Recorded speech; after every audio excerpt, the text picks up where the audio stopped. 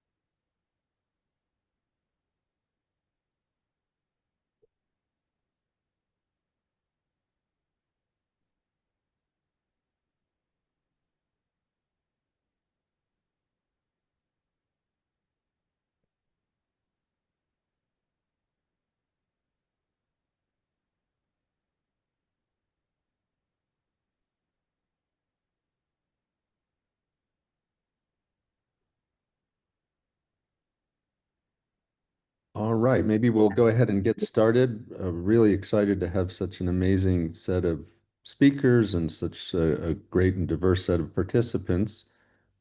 Before we get started, we have a few housekeeping rules for how to use Zoom.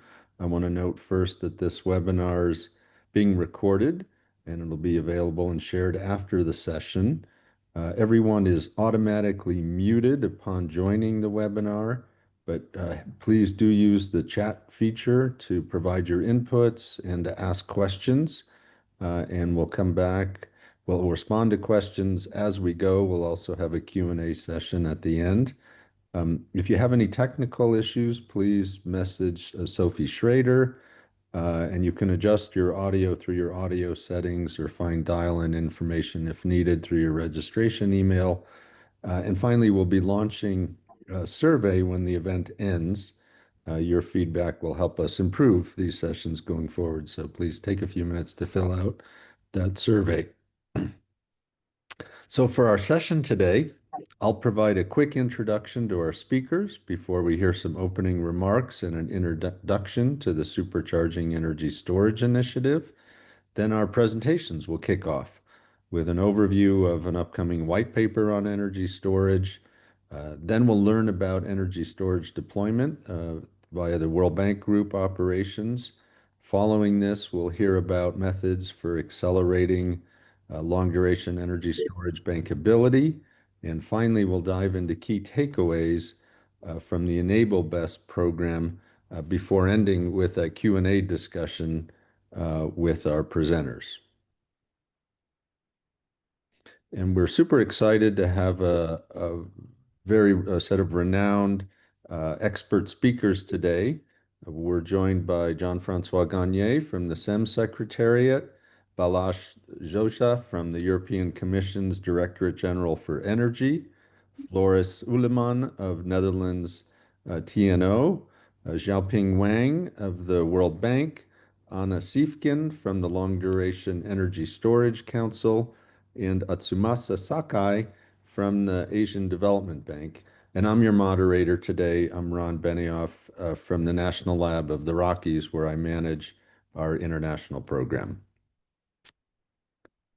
So with that, I'm especially honored and excited to hand it off to Jean-François Gagné to give opening remarks. Jean-François is the head of the SEM Secretariat, where he leads the SEM's international collaborations to share lessons learned and best practices and promote adoption of advanced energy technologies, and has truly been an inspiring leader in driving forward transformational change in our energy systems globally. And we look forward to your remarks, JF. Thank you very much, Ron, and thank you for those kind words. A very, very big pleasure to be here and to see a good participation in this event, which we feel is extremely important. So, special thanks to the National Lab of the Rockies for the organization and also for the role in terms of the coordination of the Support Charging Energy Storage Initiative. This is an initiative of which we're very, very proud. It's a fairly recent initiative. It was launched at COP28, but right away caught a lot of attention. Even the UN Secretary General brought us to the General Assembly in 2023 to basically showcase the importance of storage in enabling sustainable energy transition. We were present also at COP29 in terms of help providing some input and support to achieve the pledge for grids and storage. And now we think it's more timely than ever as we see that electrification is seen by many as the one main tool that we have to be able to meet our energy security and sustainability goals together. So a very, very big thanks to Australia and the European Commission who have been leading.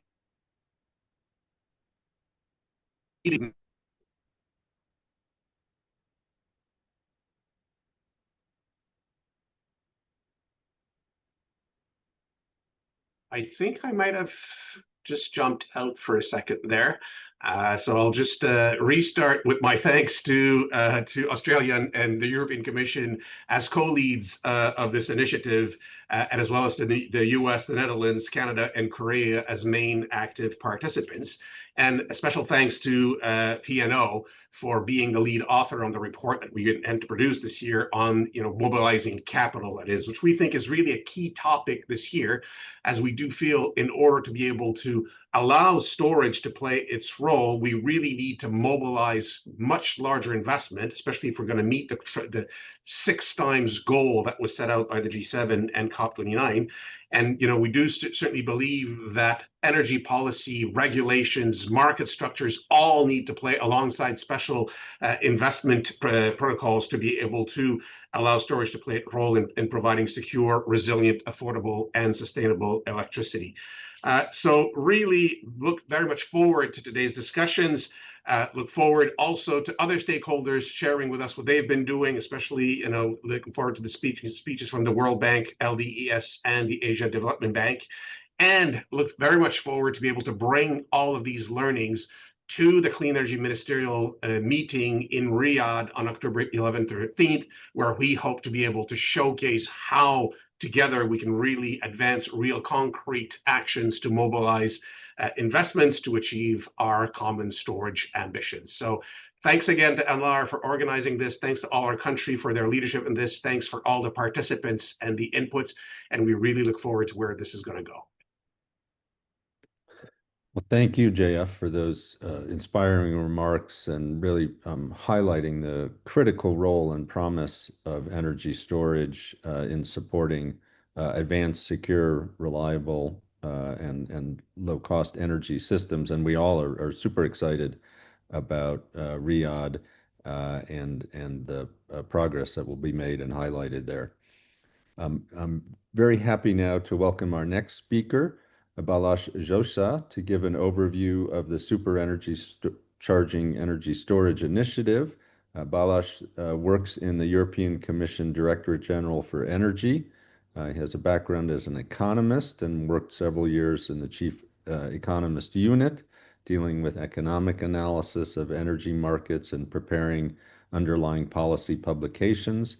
And he has worked since 2023 in Energy Security and Safety Unit, where he deals with policy questions on security of energy supply, including energy storage policy. Over to you, Balash.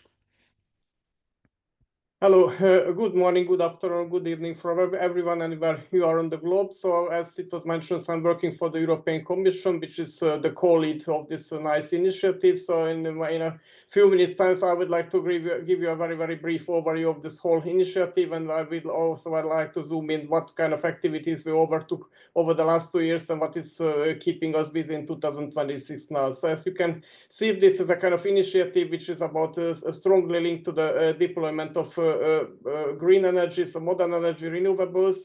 And in order to include and accommodate these energy sources, we definitely need flexibility solutions, including storage, and in order to prevent the resilience and reliability of grid technologies and grid development. So as you can see, there are three pillars of the initiative. So first is about policy and regulation. It is about integrating storage into regulatory frameworks and looking at the different diversification question on costs and cost reduction, availability of different battery solutions and other energy technologies. The second is about supply chain, because we need a kind of diverse and transparent supply chain for energy storage and storage technologies in order to promote grid scale development needs. So this is the supercharging storage initiative is about large scale deployment of storage installations. And the third pillar, which is in 2026, the focus on is how to promote investment, how to promote financing and storage installations, and looking at these de-risking and different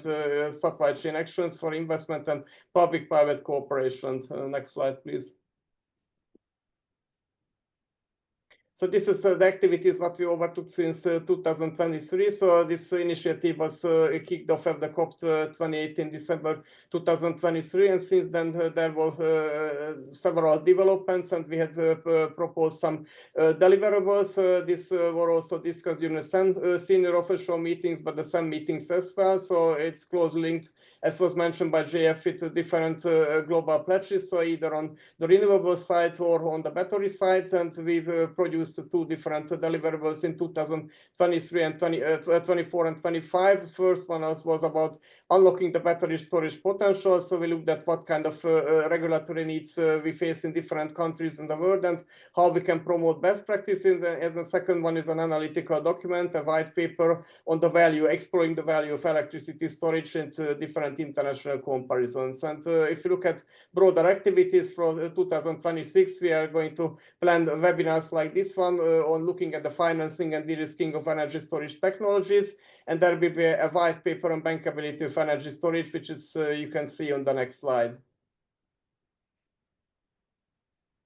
So this is 2023 activities. This about the webinar series. As I mentioned, there are the different de-risking aspect and the bridging investment gaps, and the financing. This will be the key deliverable, which will be presented in October and the SEM 17. So this is about how to support the creation of bankability of energy storage development project. We need to identify key financial instruments, regulatory frameworks, and funding pathway to unlock energy storage deployment across regions, because it's a very, very important question that in different regions, different solutions might fit for the local market conditions and local development needs. We want to reflect on these different needs and diversity as well. As it was already mentioned, so you can see all the colleagues, Australian Commission, and the members like the United States, Canada, Netherlands, and Korea, and of course our operating agents who is giving a lot of help of the National Laboratory of the Rockies. Next slide. Okay, sorry, this is my presentation, and if you have some questions, I'm ready to answer them.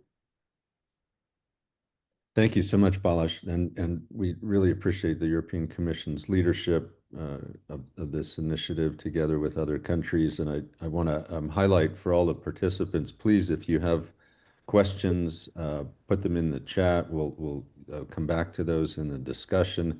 And we're also very keen to get your feedback on the topics that you would like to see this initiative address in greater detail through future webinars and papers, and any areas where we can share information and expertise that will be of value to you. So please keep that in mind, post questions in the chat, and be ready for discussion here at the end. I'm very happy to introduce our first detailed technical presenter, Floris Uleman. Floris is a research consultant at TNO, the Applied Research Institute of the Netherlands, has a background in advanced energy and material physics, and Floris works in the Energy Transition Department of TNO, covering a wide range of topics on energy systems and policy landscapes. And he's involved in national and international energy storage projects where he provides technical research and policy recommendations for government and industry. Together with Merel Larhoven and Joris Kornuth, He has been involved in executing the Supercharging Energy Storage Initiative's upcoming white paper, which we'll hear about now.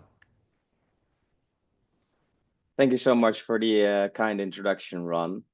And yes, my name is Floris Juleman, and I'm happy to talk you through the activities we've been developing so far on the white paper on financing energy storage for this initiative.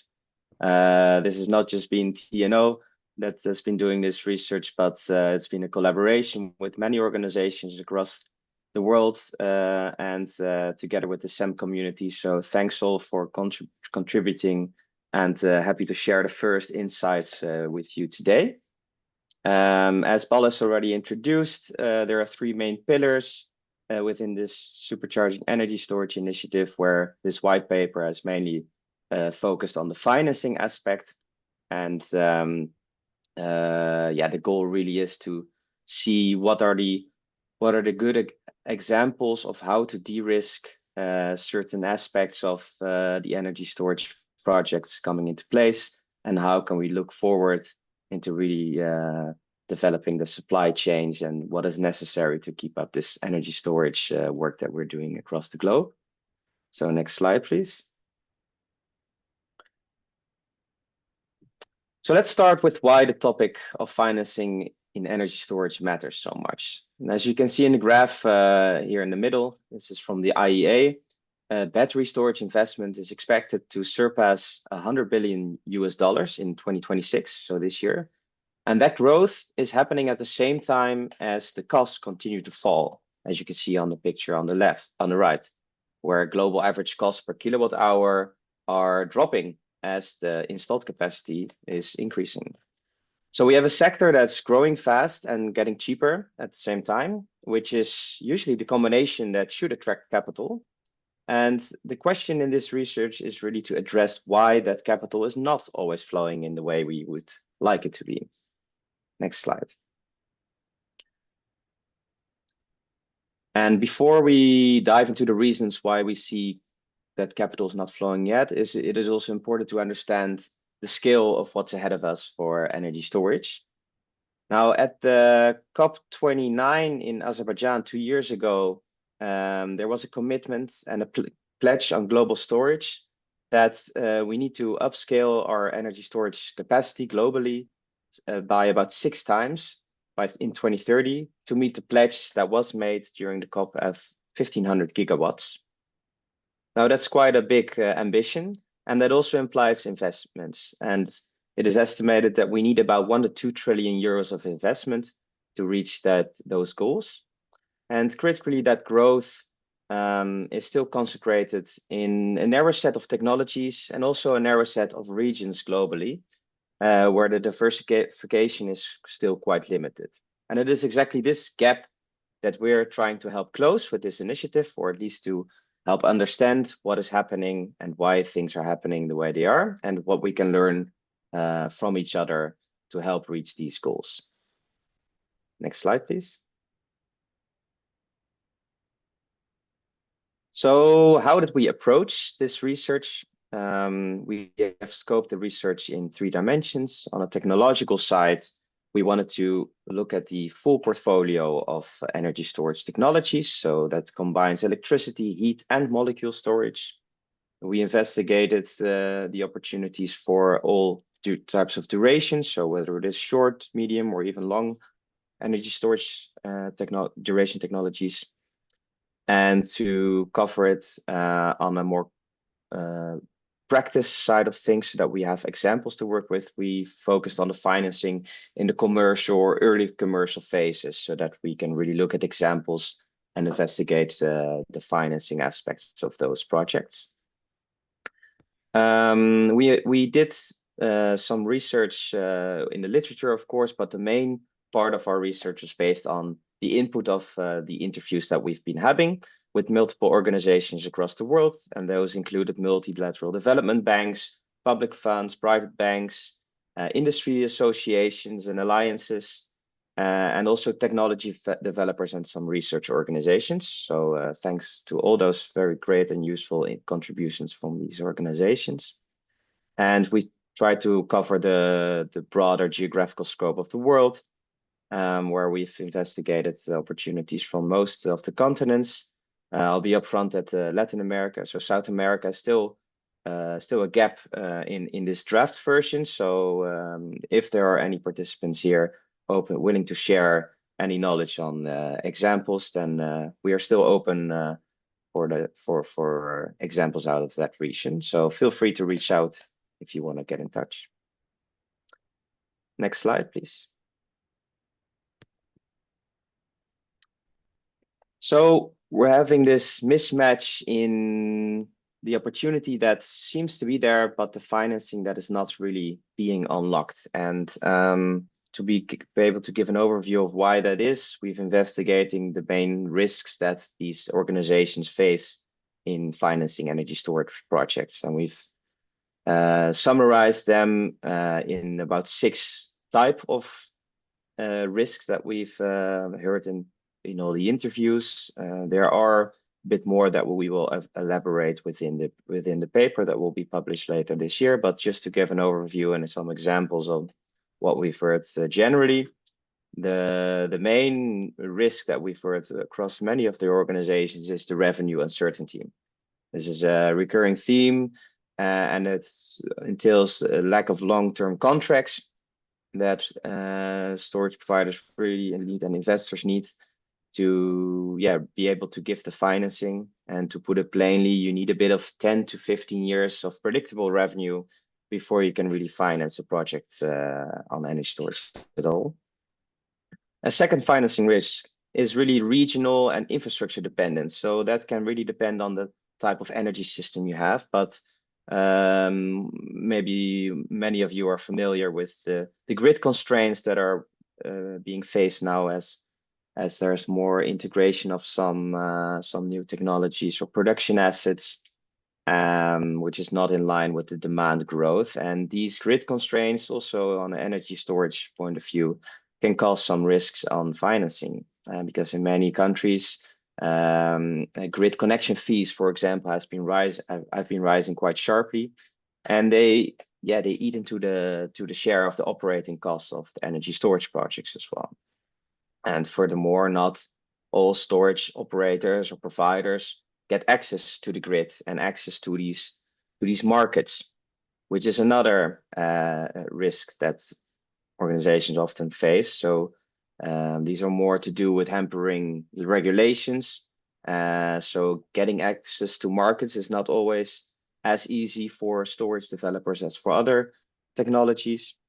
This is one of the examples. And another example is that some frameworks are outdated a bit for new energy transition type of assets integrating into the system. And storage still often gets classified as both a consumer and a producer. So it pays double the grid fees and double the taxation, which is quite a risk to be able to finance and make the business case feasible. Another risk is on the market formation. So this risk shows up wherever capacity and energy markets don't exist yet for energy storage technology. So there's no mechanism to get paid for the value that storage may provide. And furthermore, the long-term certainty on the market is also not guaranteed, as technologies may cannibalize the markets, or even when markets may saturate in the future. Another risk is on the technology performance. So this is often an issue in some climates. So that's a battery, for example, validated in a temperate market, doesn't necessarily perform in the same way at higher temperatures or at higher humidity. And this technological performance is definitely a key indicator that determines whether an investment for a long-term contract can be made. And it appears that not all technologies have been tested for this optimal performance in all the different types of conditions. And that, of course, has still to do with the phase of technological readiness they may be in. And lastly, there are supply chain dependencies, whether it is dependencies on imports, on raw materials, or manufacturing capacity in the local areas. or even technical know-hows of the local industries. Some regions really work well with their certain own supply chain, and some regions are still dependent on their supply chains across the borders or across different regions. And that can be an important risk for a financing organization. So the quote on the right basically captures why none of this really resolves with a single fix, because every region, every country, and every project is generally unique. So they also need their own type of mitigation measures. And on the next slide, I want to take you through some of the measures that we see that you can de-risk some of these aspects. And against all of these risks, our interviews have pointed us into some examples on where these mitigation measures are already working. And we want to highlight a few here today, and you can of course read the report to see all the other examples that we've been collecting so far. This is definitely not a full picture, but just to take you along the examples on where things really work well and where the risks are really taken away. On the revenue uncertainty, one of the bigger risks that we saw, the UK has introduced a cap and floor mechanism for long duration storage. And this guarantees a minimum revenue for about 25 years, which is exactly the kind of horizon that often financing organizations really need this certainty for. And I think it was just also released that about 16 projects have already been selected with about 7.6 gigawatts of capacity in the pipeline across a wide range of technologies. So a very interesting example of how you can take away this risk of revenue uncertainty on the longer term. On market formation, Ontario has had an approach to separate energy and capacity procurement to let storage basically compete against other types of technologies like natural gas on the reliability aspects of the system, rather than only on energy prices, which really improved the economics of energy storage projects. For technology and end-use matching, South Africa's HEX battery project showed how co-locating storage with the renewables can de-risk a technology pairing, which wasn't initially seen as viable. And it now anchors within the area a much larger pipeline of co-located utility storage projects. On the public sector de-risking, the Barbados Renewables Project illustrates why in small island states where residents already pay close to double the regional average for electricity, it really matters how you de-risk it from a public sector. And this public investment, this public de-risking, it's not just a financing question, it's also an affordability one. And this example in Barbados really shows how the public sector can really be involved to de-risk such aspects. Finally, on capacity building, we've had a nice example from India showing what it looks like when the local banks and the system operator and international partners, such as the RMI, work together to really close a knowledge gap. And rather than assuming finance alone will solve it, they really look for that cross-organization collaboration to share the efforts with each other to really build capacity together. And as mentioned, there are many more mitigation measures that we can dive into in the report. But also here again, the common thread is that there's no single measure that works for every technology and every region. And it really takes an integrated approach and a zoomed-in approach to what the real conditions are and what the local risks are to be able to find the right mitigation measures. So we hope to give some examples on how other regions, countries, organizations can learn from each other and to see where which mitigation measure really fits your needs. Next slide. Well, one of the clear patterns is that financing shifts as technology matures. So, for example, in early innovation, there are still quite high technology, market, and regulatory risks. And we see that the financing is mostly public and research and development funding based on grants or contribution agreements, because those risks are all high in the beginning phase and there's no commercial return expected yet.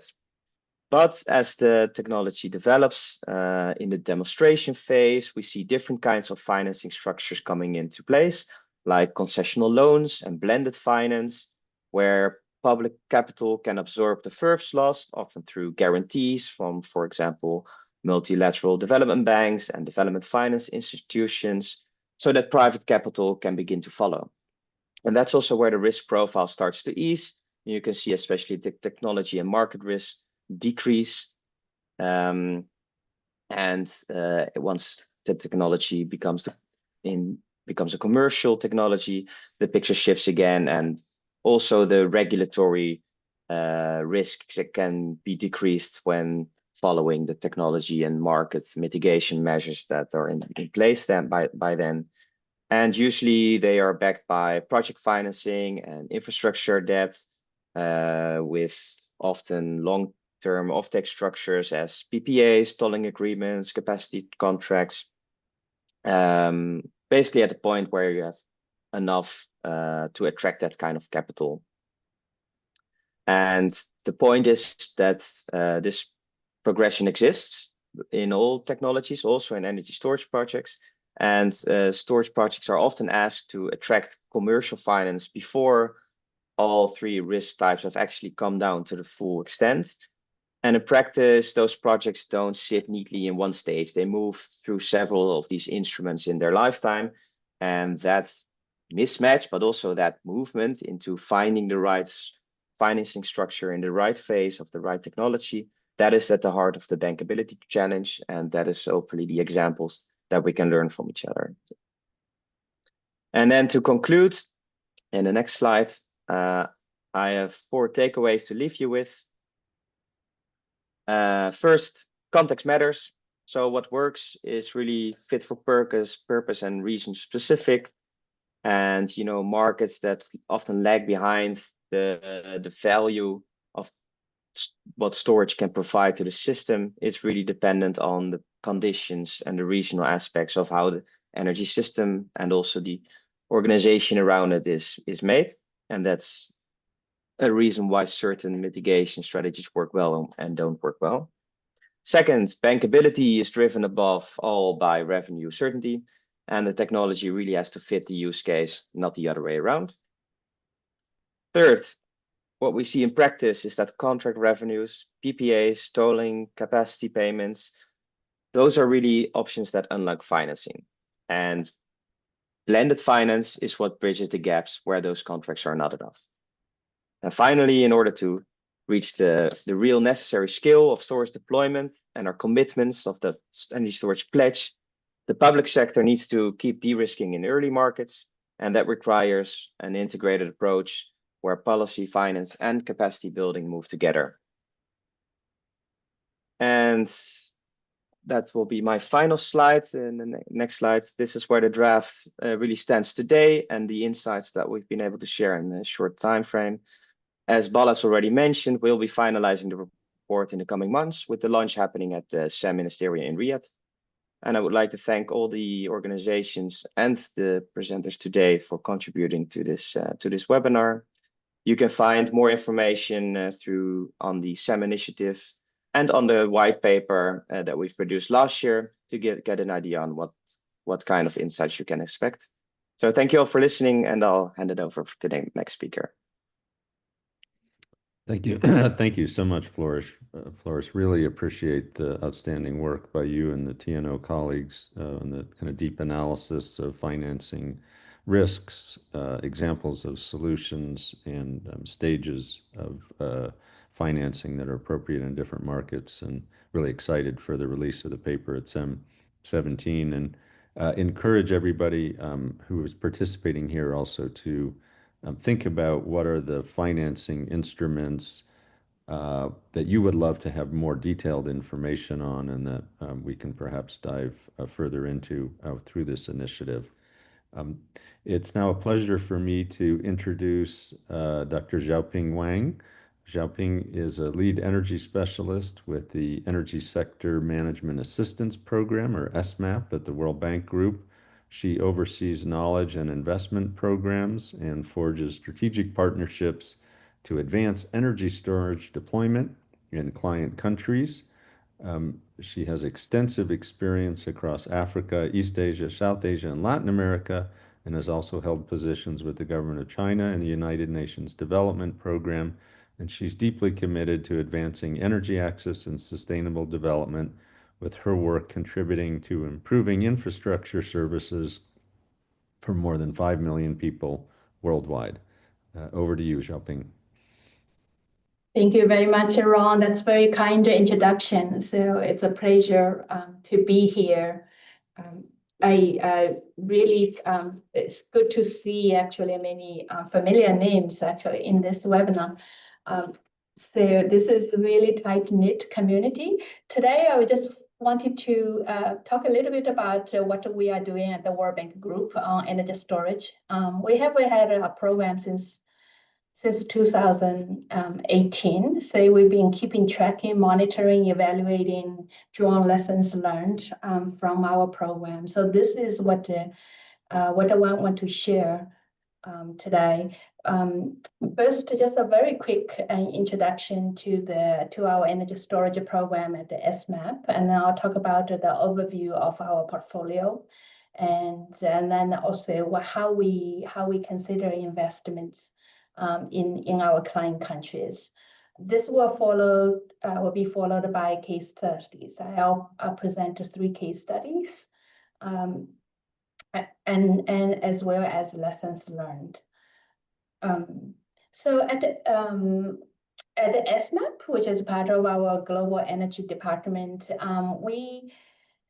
our energy storage engagement involves basically 3 threads, work streams. The first one is really horizon scanning. For us, it's very important to play the role of a conveyor belt of knowledge, basically to curating what is the latest technology trend, and then transmit that knowledge into operations so that our operational team can be informed in a 3 to 4 year time horizon what's coming up, right? So that they can advise our client countries properly. The second stream is really to shape the design and also share the lessons from our investment operations. So here we work closely with our operational teams in 6 regions. So it's a really 2-way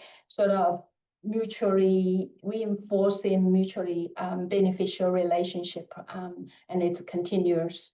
The third work stream is really on capacity building, and then this is not only technical, but policy regulations and to operation maintenance to the grid integration. We actually have an energy storage academy, which has been operational for over a year now, and it's in very high demand. We offer a variety of capacity building support, from study tours to peer-to-peer learning, trainings, workshops, webinars, etc.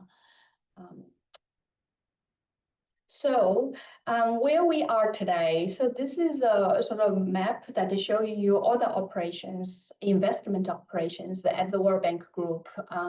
So including those financed by our RBRD and IDA, basically public finance, and IFC, which is private finance.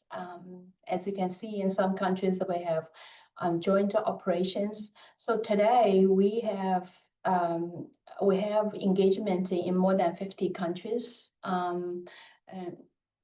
with an investment of more than $4 billion. And so this is one of the fast growing area in our energy portfolio.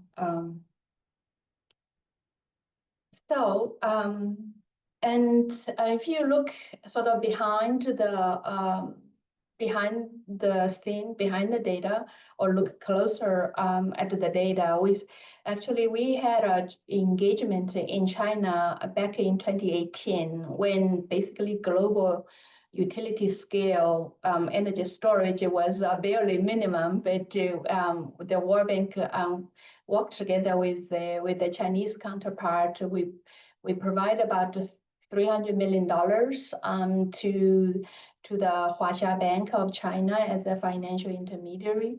And it turns out that the $300 million beyond the capacity, what you can see in this slide, which is dominating, but also make China a very rich and fertile learning ground for the rest of the countries. There's so many lessons we can now take from China to other countries. The other thing I want to point out here is that we started early on with a lot of mini grids and solar and storage hybrid applications, but over time we see a very big increase of standalone applications. This is to a large part attribute to the multiple functions that the energy storage services can provide. So this is just a closer look at how standalone applications have increased very rapidly across the different regions. Right now we have about 1/3 of our operations are just standalone application. That means it's not just an add-on to the mini grids or to solar wind projects anymore. Now, when we ask, given this quite the sizable portfolio, so how we consider investment, both for public and private sector investment, I think Flores mentioned some of this. For us, the first question, when we have dialogue with our client countries, always, what do you want as energy storage for? It's not a fad, but you really, and it's a very serious undertaking. We ask our client countries to take a system perspective. Really look at your system. What is there? Do you have hydro? Do you already have pump storage hydro? Do you already have gas? Or do you have, the others, generation assets or transmission, which, may be more cost effective, maybe or more convenient for you. And then, so when you talk about these user applications, are they new to you, or do you have sort of, if it's new, do you have the enabling policy and a regulatory framework for this type of services or this new asset class? Now, the second question is always, is this a least cost solution to you? Most of the countries are not in the stage to say, look, I want to contribute to this global good, and by doing demonstrations, or they don't have time, or they. We luckily the technology has, particularly lithium technologies, have so developed such that in many countries, even today's market or in the projection in the next couple of years, they're already quite economic. But you need to find those, where the niche, where the investments would make economic sense. Now, the third question is really, you move further down, decide to do the investment, and then what are the technical requirements, how you structure your business models. And then, and because all these technical specifications will affect, you know, where you get the suppliers, what kind of technical specifications, and what kind of risks involved for the investors and for the asset owners and for the off-takers. Last but not least is also, you know, once you decided to do the contract, you got the investor locked in. It's not at the end of the story. Where we find that in actually quite many cases, we find that these assets are underutilized after construction. So, or not either because they don't have the capacity to operate and maintain, or because there's not a perfect alignment with the system operators, or they just don't have enough technical capacity, in-house capacity to do this. So after the sort of the contract period ends, so this asset actually become a liability rather than the utility. So I wanted to just dive into the case study. The first one is really China. As many of us know, China has really, added probably more storage over time than the rest of the world. So this curve shows. However, when we started to engage with China, that was, I said back 2018 when during project preparation stage. The storage was very minimum at that time. The idea was at that time it was how we bring this technology to the commercialization stage, and then China also during the project preparation, they came up with this sort of mandatory renewable and storage one-to-one pairing. So basically those solar wind IPPs, in order to get access to the grid, they are mandated to add storage. So then they become creative. They did add, as you can see from this graph, they did add storage. However, that led to another problem, which was underutilization.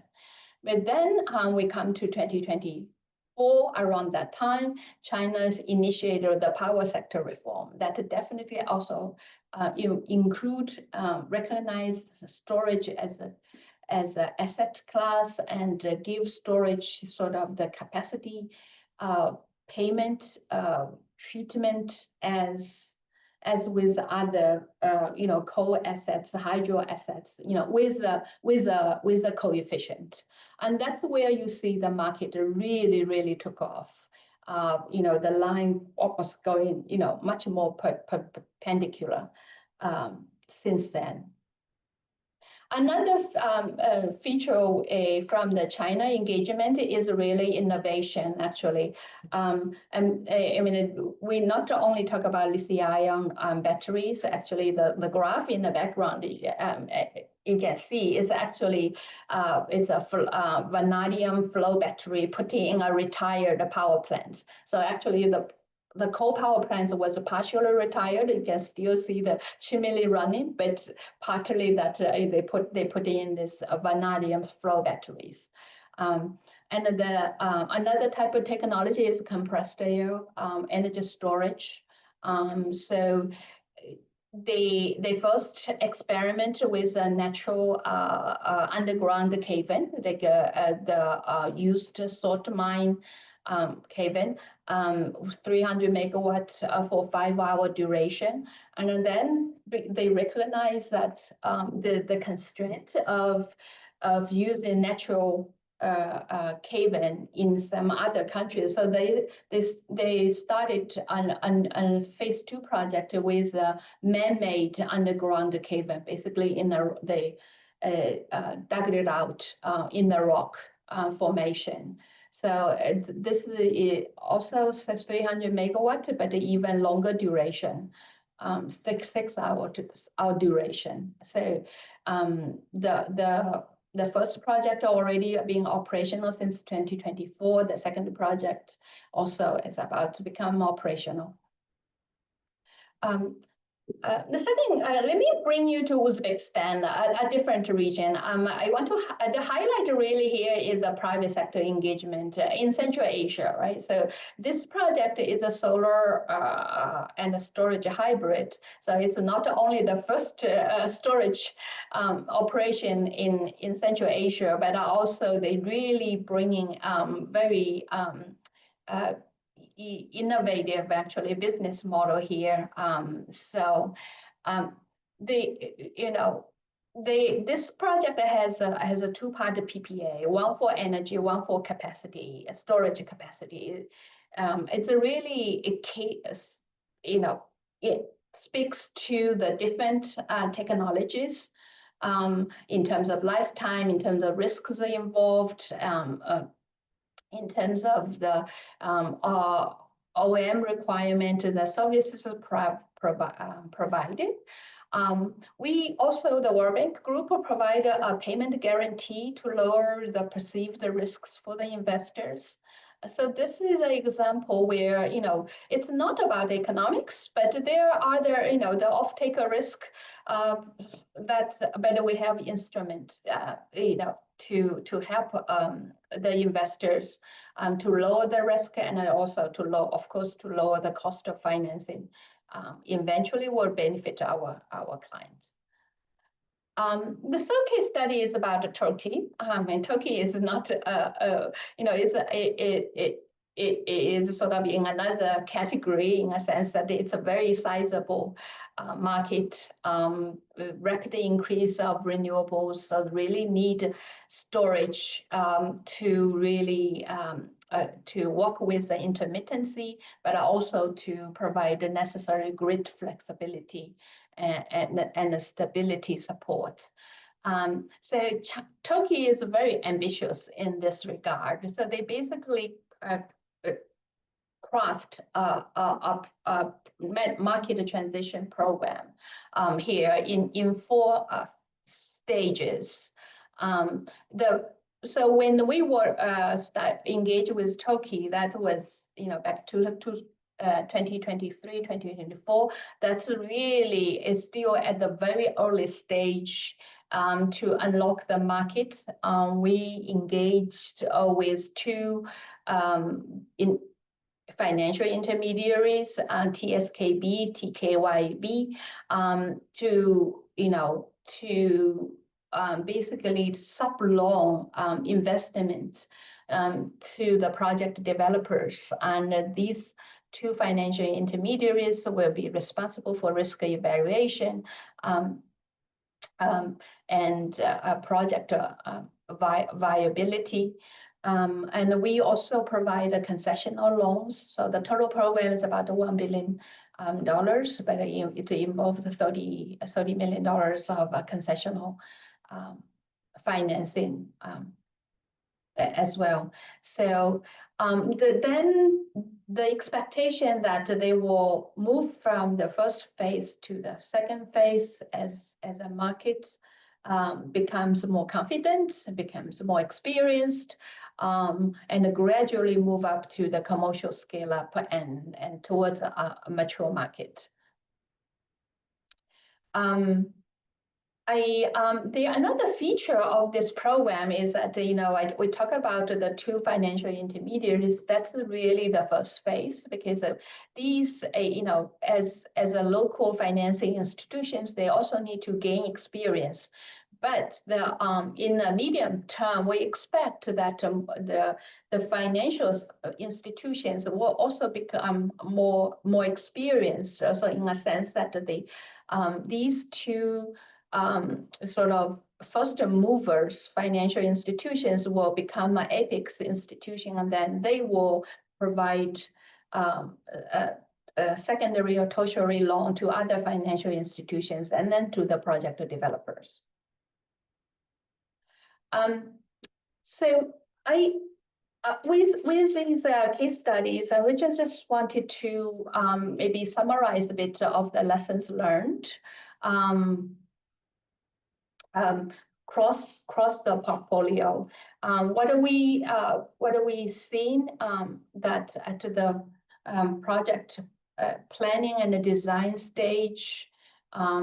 really to think about what are the use cases and you want, and do a good power system level studies, be it a long-term expansion plan, dispatch plan, before you lock in the technology, before you lock in the size, the sites, or the business models. The second lesson is really about to think about the enabling framework. Investments are important, be it public or private, but the enabling environment are also important, that not only affect the economics, the cost of financing, but availability of financing, but really affect the caliber of the investors you want to attract, and the sustainability of these high capital assets. The third point here is really I want to emphasize the business models. So it's understandable in many countries when are new to and energy storage is new to them, so they use public finance as not only to get off the first project or move in, but also as a learning. But really, there's no point to squeeze your very tight, resources of public finance for the following energy storage project. You are not tied to use only public finance. So think about the business models will allow, open the door for private investments while you're working on your first of its kind energy storage projects. Use concessional financing very selectively. It's not a must, but if you want to lower the risks, if we improve your enabling environment, please do it. But what is differentiate energy storage technology from early days of solar and the wind? It's not about a buy down anymore. And now during the implementation and maintenance stage, so we observe that the procurement is super important. How you understand the suppliers, the technical specification, the available technologies will affect the success of your procurement. Do capacity building early on before you even think about the investment. Educate, learn, and consult. From the policymakers to regulators to the utilities. And I know many of our partners are also offer this kind of capacity building advisory services as well. And the plan the OM, by the time you complete the construction, it's definitely too late to think about the OM. Then this need to be incorporated during the procurement stage, during the construction stage, so that you can have a seamless system operation after the construction and the commissioning. So the post-commissioning support, we see many countries sign 2-year, 3-year OM contract with the contractors, which is a good idea. But they eventually need to have an exit strategy and to allow the utilities, the operators to take the asset on their own and then to use the asset effectively. So last but not least, I would just say the slides will be shared, but also we are having a report coming out very soon. Actually, we're going to also launch the report in November in our annual energy storage meeting. I know many of you have been to our annual meetings, so usually it's in November. And this year, it's the first week of November in Delhi. So keep in touch, and we'd love to see you around, but particularly in Delhi. Thank you.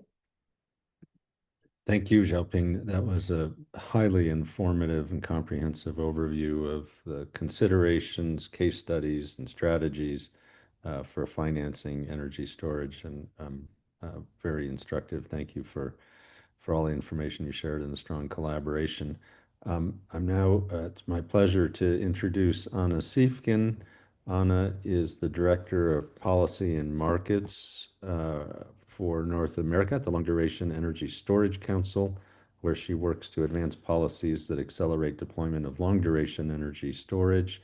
She's held senior leadership roles at the U.S. Department of Energy and Carnegie Mellon University, and throughout her career, she's helped shape initiatives that support decarbonization, grid modernization, and a transition to a more resilient and sustainable energy system.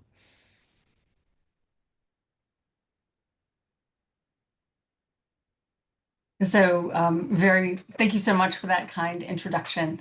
I'm going to move into a presentation where I talk more about the Long Duration Energy Storage Council.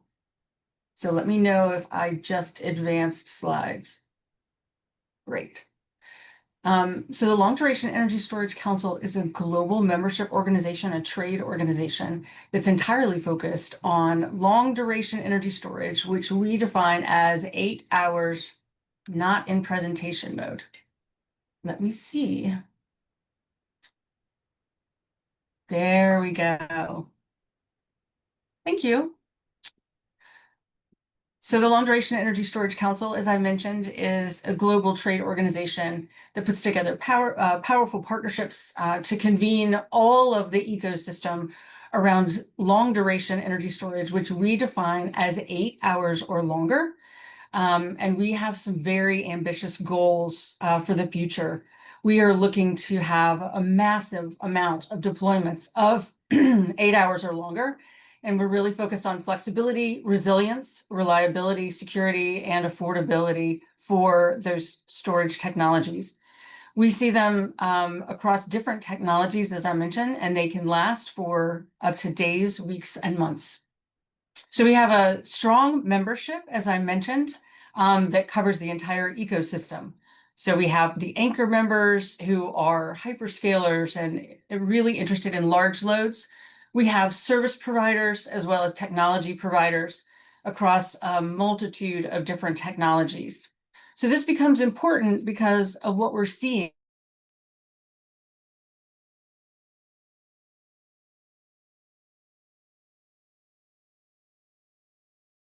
that we currently have, particularly with large loads, with AI, data centers, electrification, and a fragmented energy system that's becoming more frequently interrupted during major disruptions like weather events, et cetera. It's causing stress that we're feeling across the board, and that is something that long duration energy storage can help to solve. So Floris mentioned that we needed different kinds of technologies, that some don't perform as well as others. It really depends on geography, climate, and other factors. And that's why LDES is considered what we call fit for purpose. It's a diverse set of solutions that we see working towards a real set of solutions that can meet this important need. So we're working towards finding procurement schemes that follow and allow for flexibility of technology type, which all reach for durations of 8 hours or more. So those technology needs can fit the use case. It's possible when we have policy frameworks and RFIs that are technology neutral, because LDES can actually help to shift energy use from times when it's more available and more affordable to times when people really need it. It crosses power to heat, power to power, and power to X. And we see it across this array of technologies, including thermal, electrochemical, mechanical, and chemical. These deployments are happening around the world. Lots of dots here for our World Bank friends in the United States. And we are really excited about the amount of total capacity that we're seeing come online. One point in particular that's really important is the data center capacity. The load that's going to be needed for data centers is enormous, much bigger in scale than anything we have anticipated. And the good news is that the costs for long duration energy storage technologies are anticipated to decline up to 47% by 2030. And you'll note that these are two reports. I've mentioned their titles in the upper left-hand corner from the Long Duration Energy Storage Council. So we've pulled together the McKinsey Power Model results from across the markets that we've modeled. And the headline is that the global LDES opportunity is about 1,300 to 2,300 gigawatts of installed power capacity by 2040, which represents 80 to 135 terawatt hours of energy capacity. But I'm going to draw your attention here to the duration trend, because the average install duration in the United States, for example, is between 15 and 20 hours in 2030 and 70 to 75 hours in 2040. And we see that same trajectory in India, where duration jumps from 8 to 10 hours up to 95 to 130 hours. So that shift towards longer duration is really the story of the decade. It's what needs to happen. So as renewable penetration deepens, the grid doesn't need to just store more storage, but it needs to store it for longer amounts of time, not just in hours, but measured in days and seasons. So Europe and the rest of the world also represent meaningful capacity. And when you add it all up, this is a multi-$100 billion infrastructure build out that needs to happen and in really short order. So what's holding LDES back? We've heard some reasons already, but I would sort of acknowledge these three: policy frameworks that aren't fully valuing what LDES delivers, system planning that hasn't caught up with what long duration energy storage needs and what it can do, and investment lacks stable long-term signals. And so that's what we're working on day in and day out globally. So in late 2025, during New York Climate Week and London Climate Week, we actually brought together a group of organizations and created a white paper. And this white paper was released late last year, but it has some pretty important information related to bankability. So this report is available on our website. So we had many partners from across the ecosystem that came together to give us this guidance on what is needed to really make bankability possible. There were 6 areas that were focused on in those conversations and in this report. They were around market design, missing mandates globally, because we're only seeing them in certain places, uncertainty around subsidies, technology risk, which we've already acknowledged. Some technologies working better than others in different locations. There's manufacturing, supply chain, and construction risks, and there's also operating risks. So clear, efficient risk allocation across those stakeholders is what actually makes an LDES project bankable, and that's what is mapped out in this slide. So on the left, you'll see that finance providers, tax equity, project debt, construction loans, grants, equity, and funding the technology provider or the project itself. But policy risks run through the whole stack. It touches every party, not just one. Across the top, you'll see that risk is broken out by function. So technology risk is with the technology provider. It's mitigated by the engineering review. Manufacturing risks come in with the construction and supply chain. Some of that is covered by warranties. And then construction risk is with the developer and the EPC. And we're trying to get through completion milestones and guarantees in a phased construction process. And all of that is an operating risk with operations and maintenance. All of this rolls up to the project sponsor, who often carries that revenue risk through hedges and PPA insurance, selling energy and reliability into the market. So the key takeaway here is that bankability isn't a yes or no question. Every risk needs an owner and it needs a mitigation tool. And that is what we pulled together in what we're calling our bankability assessment framework. So in the white paper that I mentioned, we translated how investors, lenders, and independent advisors can evaluate LDES through a structured framework where we give scores. So it's organized into 5 pillars, which are noted here: technology and technical maturity, commercial maturity and vendor strength, market and revenue model, project structure and risk allocation, as well as financial and economic viability. And so we outline supplementary evaluation tools alongside this core framework, but you can see that you get a weighted score in each of those areas. And we see this as a way to give investors and developers a shared, structured language for talking about bankability instead of everyone just showing up with their different checklist. So let's see how this is mapping out around the world. So we're seeing projects coming to fruition with new announcements every single week. Capital is starting to flow. Industrial heat and non-grid use cases are expanding the LDES market. And we're seeing early projects transitioning from demonstration to commercial operation, which is what we want to see to de-risk these projects overall as a category. So LDES is reaching investable scale in multiple technologies, and the first movers are settling into bankability benchmarks for the sector. A few projects to mention. Form Energy has an iron air battery at 100-hour duration that they're doing in the Great River project with Xcel Energy, Georgia Power, other partners. Energy Dome has a CO2 battery at 10 hours of duration, and then Noon Energy and Entora Energy. Every week, there's a new project that's coming online, and you can see the impacts outlined across the bottom in terms of the megawatt hours, the states and workforce numbers, as well as what we're seeing in terms of partners really putting scale to work. HydroStore has a project in California, in Kern County, that's a 500 megawatt facility. Again, hundreds of jobs and a 50-year lifespan.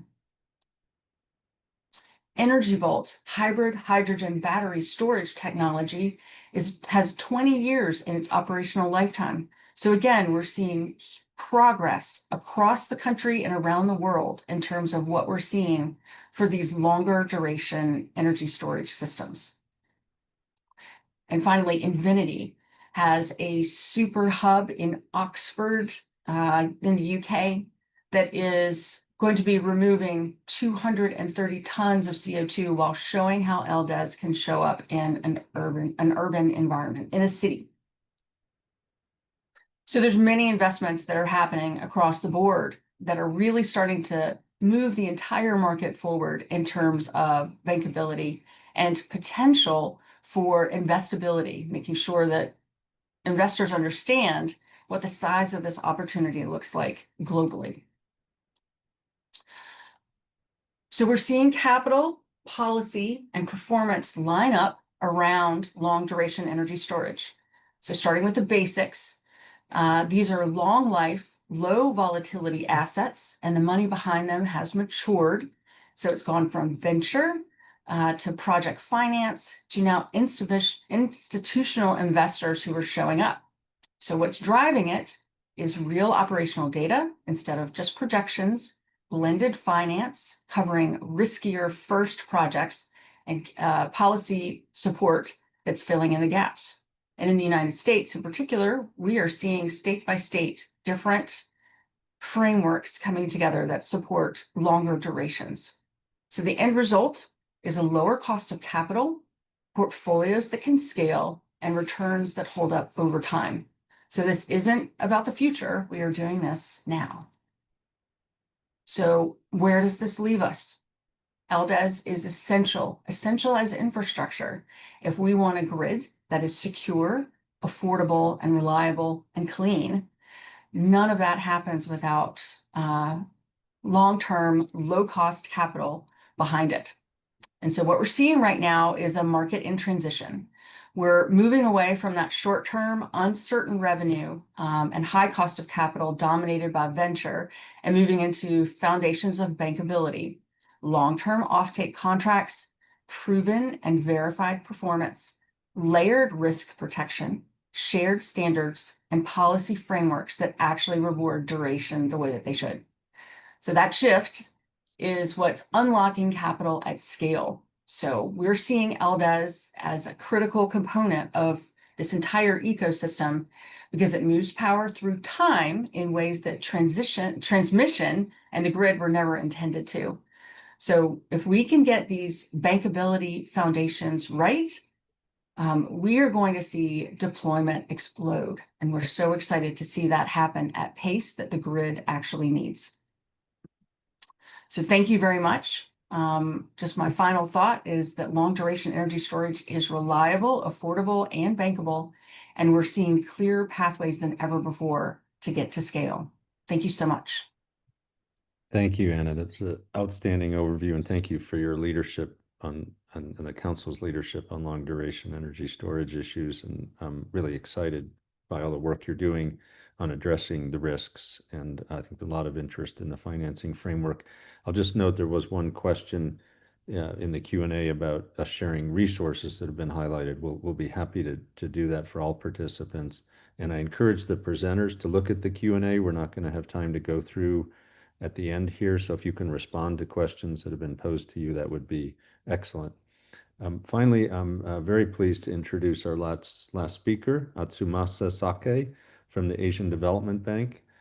He is responsible for spearheading emerging technologies and practices in the energy sector and led development of Mongolia's first utility-scale battery station project and is leading regional cooperation initiatives to scale up best deployment in Southeast Asia. I'll turn it over to you, Atsumasa. Thank you very much, Ron, for your kind introduction. And also the thanks to the National Laboratory of the Rockies for sharing this opportunity to ADB to share our experience in supporting our client countries to develop and scale up the battery energy storage system. In this short presentation, I would like to share ADB's experience in supporting our client countries for their battery development as well as scale up through our recently launched initiative, Enable platform.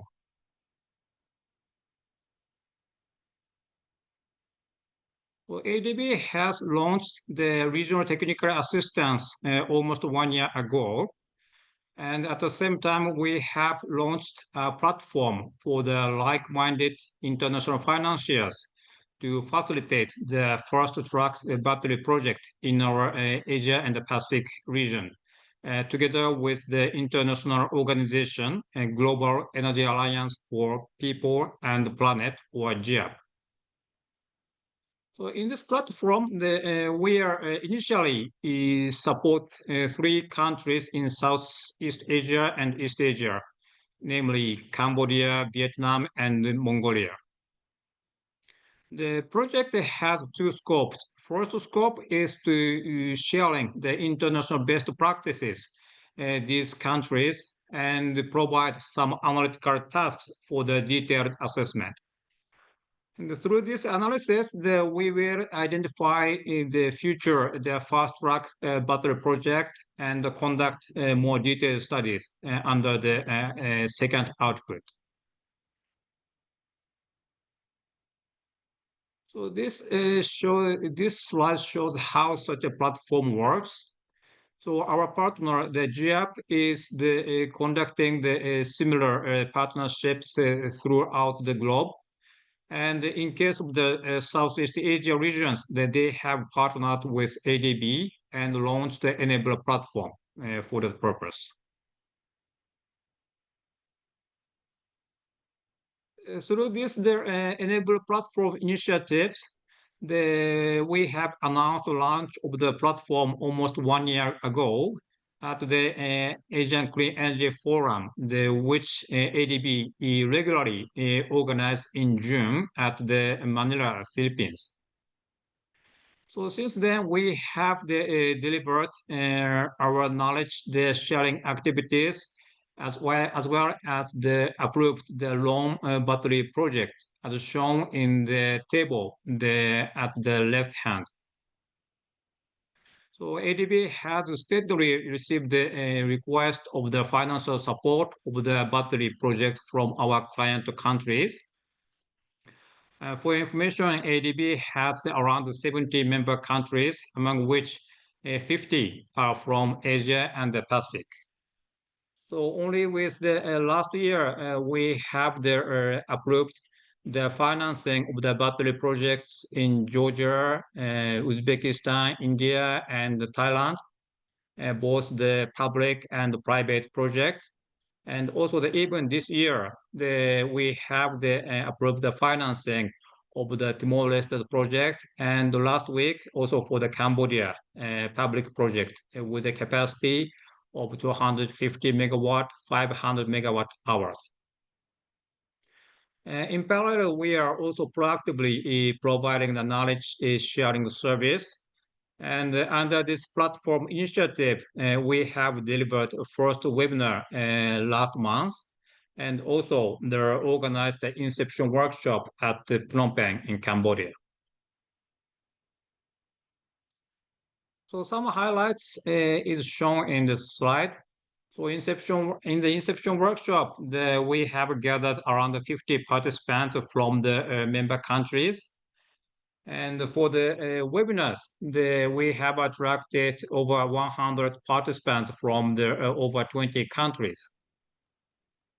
So we are going to deliver this kind of knowledge sharing service every quarter.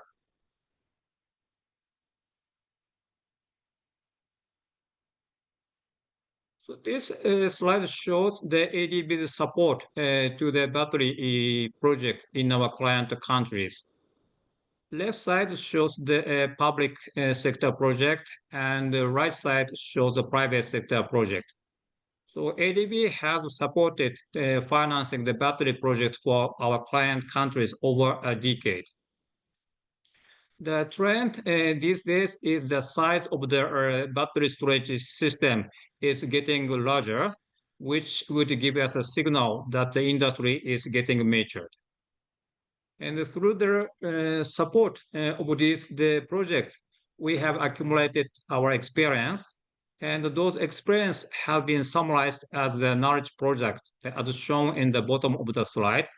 And these knowledge products are available at the ADB's website. So from here, let me share the lessons learned from the project assistance.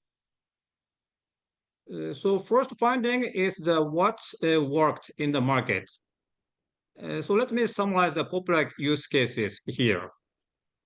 In case of the public project, we see that the typical application is a grid connected battery energy storage system.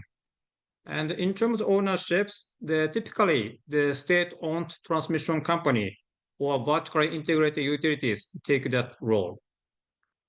How to recover the cost is by the retail tariff or transmission tariff.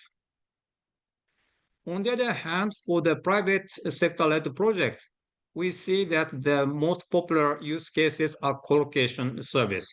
That is installing the battery plus renewable energy power generation, such as the solar and wind.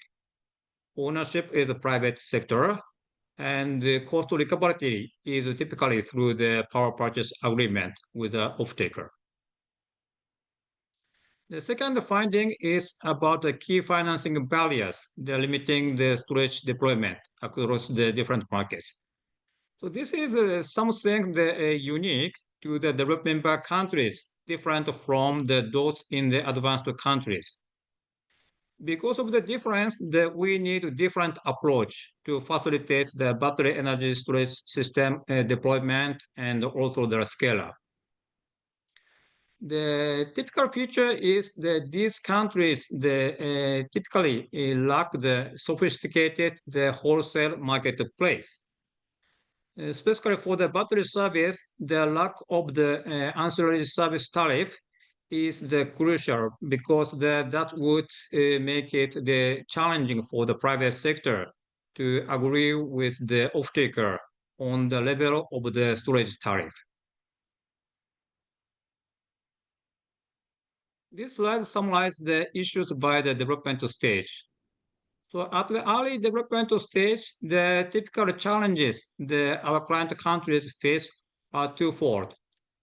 In case of the technical design, typically the challenge is in the sizing of the battery, its location, technology selection, either the lithium-ion battery or the neodymium, the flow battery, and the fire safety standards. Non-technical design is the cost recovery scheme and ownership and also the grid cost. Typically, the categorization of the battery station is always at the top agenda. So after the first battery is installed, the next stage is a scale-up stage. In this stage, the issues would be like the increased demand to the long duration storage technology, and also the engagement of the more private sector. For the purpose, the countries would customize the favored contract terms and also they seek for the competitive market structure adoption. And also the used battery disposal recycle are also the emerging the agenda. The third and the fourth finding is shown here. So third finding is the proven financial structures. But this is I have already explained in the first finding. So the different structures are applied to the public sector project and the private sector project. The fourth finding is the practical insights from the public and the private sector stakeholders on risk allocation. The interesting observation is that now the countries like the India is tried to break through in the barriers by adopting the tolling model, where typically they're sharing the risk between the private sector and the public sector.